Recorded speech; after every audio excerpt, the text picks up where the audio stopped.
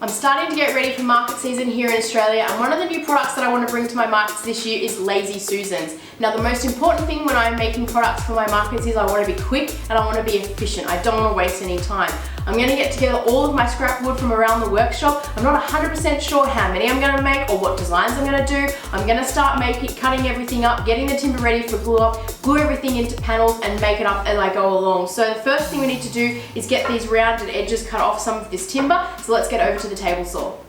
This is a great project for scrap wood, and as I'm editing this video after market season, I'll let you in on a little secret. These Lazy Susans were a hit at the markets. I'll run you through some of the particulars later in this video in terms of what requirements you need when using the hardware. At this point, all I want to do is get out my hardwood scraps, cut off any rounded edges and cut the wider boards to random widths. My next step was to take some time to sort through the pieces and put together the patterns I liked. I just kept mixing and matching until I was happy. Now you can take your time to cut down the pieces for the circle and cut down on wastage, but the downside of this is it takes time and also the gluing process is a little harder. It was then on to glue up, which was done in 2 stages.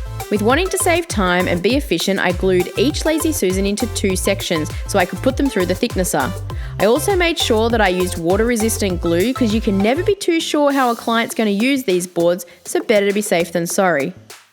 A little glue up tip for you: if you're like me and limited on clamps, I would put all the pieces for the Lazy Susan and just not apply glue to the middle piece, so effectively I'm gluing 2 sections with 1 set of clamps.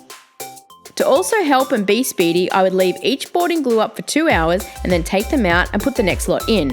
I would then leave them overnight and put them through the thicknesser the next day. This just means you're moving all the pieces through the steps and saves you going back and forth.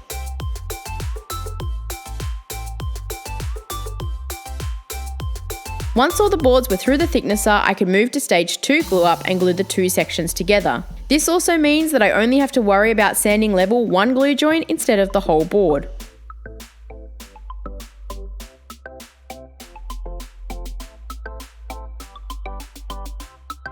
When it comes to cutting circles, I use a circle cutting jig that you've seen me use on this channel a number of times. If you are new, firstly, welcome, and confused right now, I'll leave a link in the description to the video from April Wilkinson showing you how to build a circle cutting jig that I am using. It's extremely easy and built from scrap wood.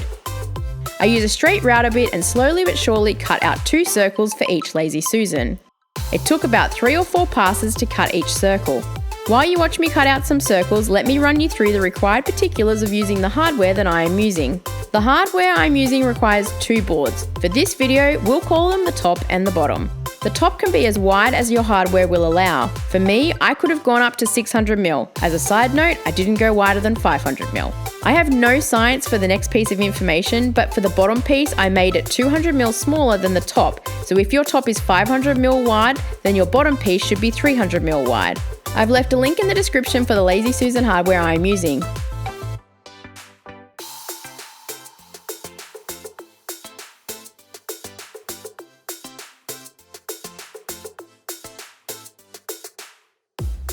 Alright, we are up to the point where we're going to attach the hardware and turn these things into Lazy Susans. Now there's an A side and a B side to the hardware, or that's what I'm going to call it for the purpose of this exercise. And because I'm working with circles, I already know that I have the center mark because that's where I put the nail in when I cut the circle out. So I'm going to utilize that hole and then I'll plug it up right at the end. I've gone ahead and made myself a plywood template, 2 that are exactly the same size as my hardware, and I've marked the A side where the screw holes need to go and the same on the B side.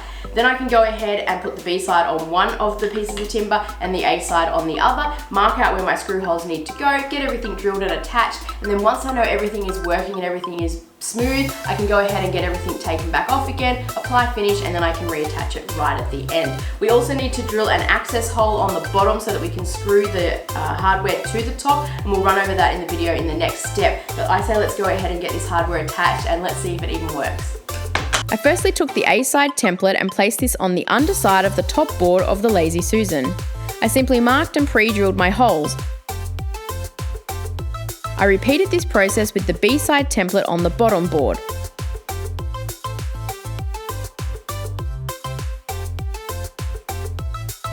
With the hardware screwed to the bottom piece, I could swivel the hardware and mark where I needed to drill my access hole.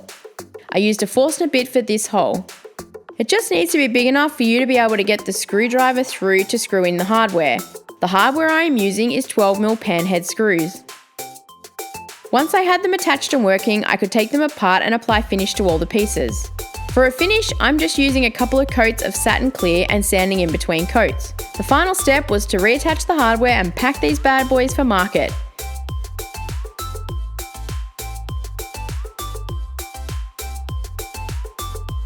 I hope you have liked this video, and if you have, help me out by hitting those subscribe and like buttons, and I'll see you on the next one.